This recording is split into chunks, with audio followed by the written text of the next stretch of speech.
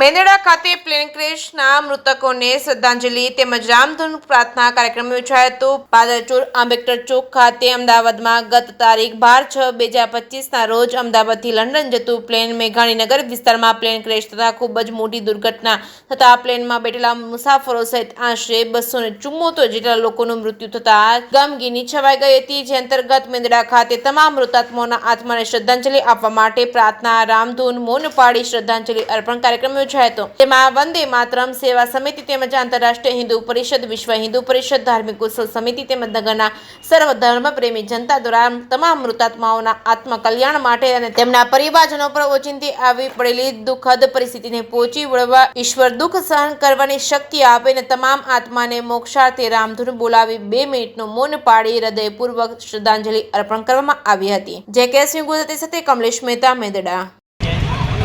કાલે Ahmedabad flight crash થઈ જેમાં 265 જેટલા યાત્રા આપણા દેશના નાગરિકોએ પોતાનો જીવ ગુમાવ્યો છે।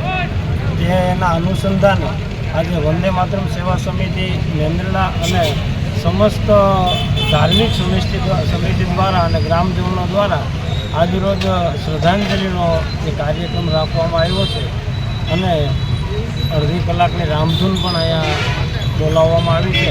જે સમસ્ત વ્યક્તિઓના આત્માને ભગવાન શાંતિ આપે તેવી પ્રાર્થના પણ અહીંથી કરવામાં આવી છે। વંદે માતરમ, ભારત માતા કી જય।